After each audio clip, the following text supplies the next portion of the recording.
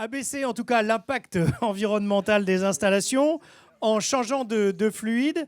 C'est possiblement la bonne solution, mais comment justement préserver la chaîne du froid tout en changeant le fluide? Là, on commence à toucher à quelque chose où il faut des vedettes pour venir en parler. C'est ce que l'on va voir avec nos 3 prochains invités. Pierre-Emmanuel Danet, responsable de support technique chez Climalife. Vous l'applaudissez. Ah, c'est vous. Sébastien Gertosio, coordinateur national chez FCT, Froid Climatisation Technique.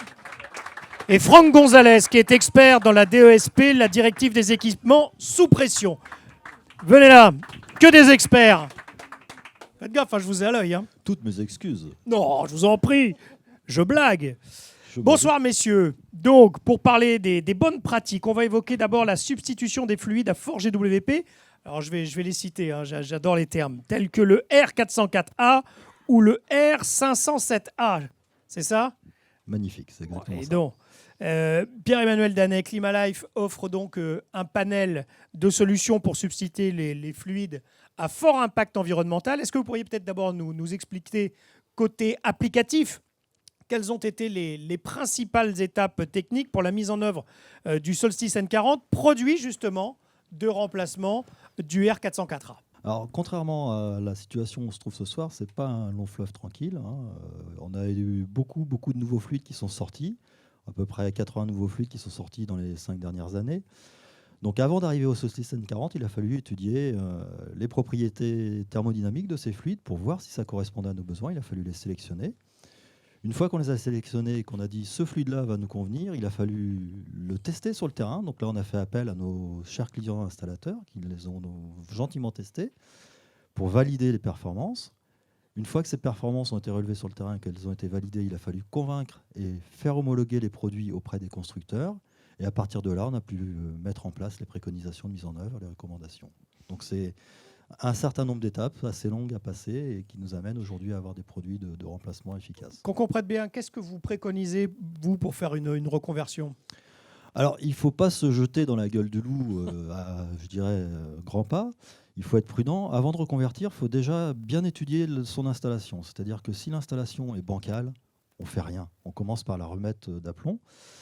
Une fois que cette installation est en bon état de fonctionnement, on va idéalement étudier l'intérêt économique de sa reconversion, voir si elle est trop vieille, il faut peut-être mieux en faire une neuve. En revanche, si elle n'est pas trop vieille, on peut l'emmener un petit peu plus loin. Une fois qu'on a regardé l'intérêt économique avec le produit sélectionné comme le 448A, effectivement, et qu'on a validé cet intérêt, eh bien, on va faire la reconversion et c'est quelque chose qui est relativement simple à mettre en œuvre. Donc, reconversion veut dire qu'on choisit le fluide. Tout à fait. Sur le terrain, ça veut dire quoi? Comment ça se passe après? C'est compliqué ou pas? Alors, sur le terrain, est-ce que vous faites un peu de cuisine, monsieur Lavoie? C'est pas pas là où je suis le meilleur, mais à table, je suis bon. Je pense que comme tout le monde, vous savez faire un 4x. Oh non. Oh non, un 4x quand même. Tout le monde sait faire un 4x ici? Non, attendez, on va faire l'inverse. Qui ne sait pas faire de 4x? Ah oui, vous avez levé la main. Parce que là, comme je ne vous vois pas. Bon, alors c'est un mauvais exemple. Ouais, non. Prenons un autre exemple. C'est relativement simple. Une fois qu'on a le produit sur le terrain, comment ça se passe? On accompagne les installateurs pour qu'ils puissent mettre en œuvre le produit de façon idéale. C'est-à-dire qu'on va leur donner les quelques techniques à mettre en œuvre. Réglage de la surchauffe, enfin quelques paramètres à vérifier, à régler, les dégivrages, etc. Ils récupèrent le fluide qui est dans l'installation pour la vider. Ils vont remettre le 448A à la place. Ils font les petits réglages qu'on leur a conseillés. Et puis c'est reparti, tout va bien. Et puis, s'ils ne sont pas complètement sûrs, on peut aussi en amont accompagner les bureaux d'études pour qu'ils puissent le mettre dans leur cahier des charges avec l'aspect efficacité énergétique, etc. Voilà, donc après on passe à Sébastien Gertosio à côté qui fait les petits réglages. Voilà. On a piqué toutes les réponses. Oui, mais c'est surtout qu'on a le sentiment que ce que vous faites est d'une facilité enfantine. Donc il faut des techniciens bien évidemment qualifiés pour installer les solutions. Et vous, justement, avec FCT, en tant qu'installateur, vous en avez été. D'abord, comment vous avez réussi peut-être à convaincre aussi les clients de changer de fluide, de passer au Solstice N40 qui s'impose a priori aujourd'hui sur le marché? Parce qu'il faut d'abord les convaincre, j'imagine. Oui, déjà fallu les convaincre que ce n'était pas de notre faute, hein, une fois de plus. Oui. C'est la première étape, parce que on a déjà fait face à des changements de fluide, et ça arrive assez souvent, donc il faut d'abord expliquer plutôt que convaincre, et expliquer qu'on va faire face ensemble à ces réglementations. Il y a eu notamment, suite à la mise en place de quotas, une très forte hausse du R404A depuis le premier semestre 2016, c'est la première chose, et on ne pourra plus injecter de R404A neuf à partir de 2020, pour la seconde chose. Et bien sûr, il y a l'aspect environnemental. En injectant du 448A, on bénéficie de l'impact carbone, donc avec une baisse du GWP pour les effets direct, et pour l'effet indirect, une baisse de la consommation énergétique qui est estimée à 8 à 10% sur du froid positif et 3% sur du froid négatif. Bon, alors là, j'allais dire, on va plus avant là, dans l'installation. On a parlé du changement de fluide. C'est le rétrofit, c'est ça ? C'est comme ça qu'on l'appelle. Je vous ai tout expliqué. Ah, peut-être pas. Du point de vue de l'installateur, ça peut être justement intéressant. Comment ça se passe ? Quelle logique à respecter ? Alors, le principe du rétrofit, donc, c'est effectivement d'enlever le fluide présent dans l'installation, donc là en l'occurrence du R404A, et le remplacer par un fluide moins polluant. Alors ça nécessite une grosse organisation de la méthodologie. Il faut des grosses machines de récupération adaptées pour réduire au maximum le temps d'intervention et donc la rupture de la chaîne du froid. Bien sûr, en suivant, il y a les petits réglages à faire sur les différentes consignes de régulation, des détenteurs, des surchauffes, et bien sûr faire un contrôle d'étanchéité totale de l'installation, parce que GWP faible ou pas faible, le fluide ne fait de mal à personne s'il reste à l'intérieur. Alors, vous l'avez dit, respecter la chaîne du froid, elle l'est, quoi qu'il arrive, systématiquement, vous y arrivez, ou il y a des fois où... On n'a pas le choix. Oui, d'accord. On n'a pas le choix. Je suppose que c'est ça qui est le plus complexe, non ? C'est le plus complexe, c'est le plus gros défi, effectivement. On va dire qu'en théorie, la meilleure façon de la respecter, ce serait d'enlever les denrées pendant les opérations. Mais en pratique, ça ne se passe pas comme ça. Pour vous donner un ordre d'idée, aujourd'hui, puisqu'on travaille énormément en GMS, sur un supermarché, on arrive sur des coupures froides de 2h, 2h30. Sur l'hypermarché, 3h, 3h30. Alors c'est peu, mais c'est trop pour des denrées. Donc pour pallier à ça, on introduit ce qu'on appelle de la carboglace dans les éléments réfrigérés. On s'assure de fermer les rideaux et puis de bâcher si nécessaire. Voilà. Et de faire 2-3 petits réglages. Non, a priori. les réglages, c'est avant. Non, on les fait avant.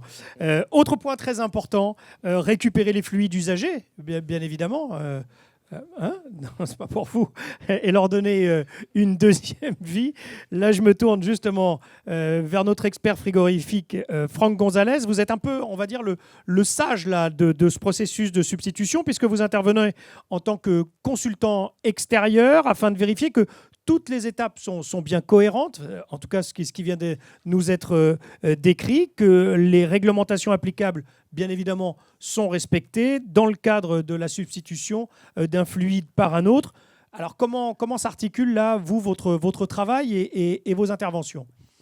Alors effectivement, on intervient à la demande de l'exploitant, soit pour après coup, une fois que l'intervention a été réalisée par l'installateur. Donc, nous prenons en compte l'aspect, les caractéristiques physiques du fluide à réintroduire, de façon à vérifier s'il est en corrélation avec la DESP, enfin avec les ESP de la machine. Alors, c'est vrai qu'on vérifie le groupe de fluide. En l'occurrence, le 448 fait partie du groupe 2. Il ne faut surtout pas qu'il soit réintroduit dans une machine qui n'est pas destinée à recevoir ce fluide. En l'occurrence, on voit avec le frigoriste à ce qu'il nous rédige des documents qui valorisent donc les mêmes caractéristiques que le fluide précédent de l'installation. et on va nourrir le dossier d'exploitation, soit à travers une inspection périodique qui va finaliser toute cette prise en compte. Voilà. Bon, je m'embrouille un peu, je suis désolé. mais bon, le fait est que c'est pas si simple que ça. Justement, vous faites quoi? Vous remettez un rapport? C'est ça? Il faut dire tout s'est bien passé? Non, c'est plus compliqué que ça. En fait, on va déjà mettre en avant tout le côté réglementaire de l'installation, à savoir s'il y a eu un dossier qui a été réalisé, qui a été construit, voilà, pour définir comment dire. En fait, on va valider les caractéristiques physiques de ce fluide s'il est bien en corrélation avec l'installation. On ne va pas mettre un groupe de fluide de groupe 1 dans une installation qui est destiné à un fluide groupe 2. Voilà, ça c'est clair.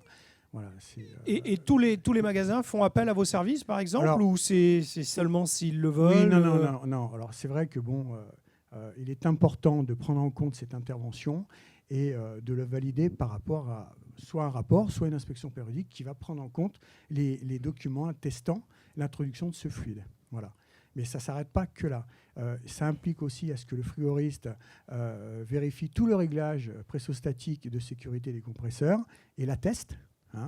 Voilà. Ce sont des documents qui sont à prendre dans les inspections périodiques. Je vois hocher la tête. On en revient toujours au réglage du frigoriste. Comme ça. Oui, non, mais alors, les il petits y a réglages. une collaboration. Il y a effectivement une collaboration qui est réelle. L'installateur fait partie intégrante de cette chaîne, quoi. Mais bon, voilà. Donc notre mission, c'est par le biais de l'exploitant de venir après coup pour valider l'intervention et voilà. Non, mais c'est parfait. Merci, Franck. Vous pouvez les applaudir tous les trois.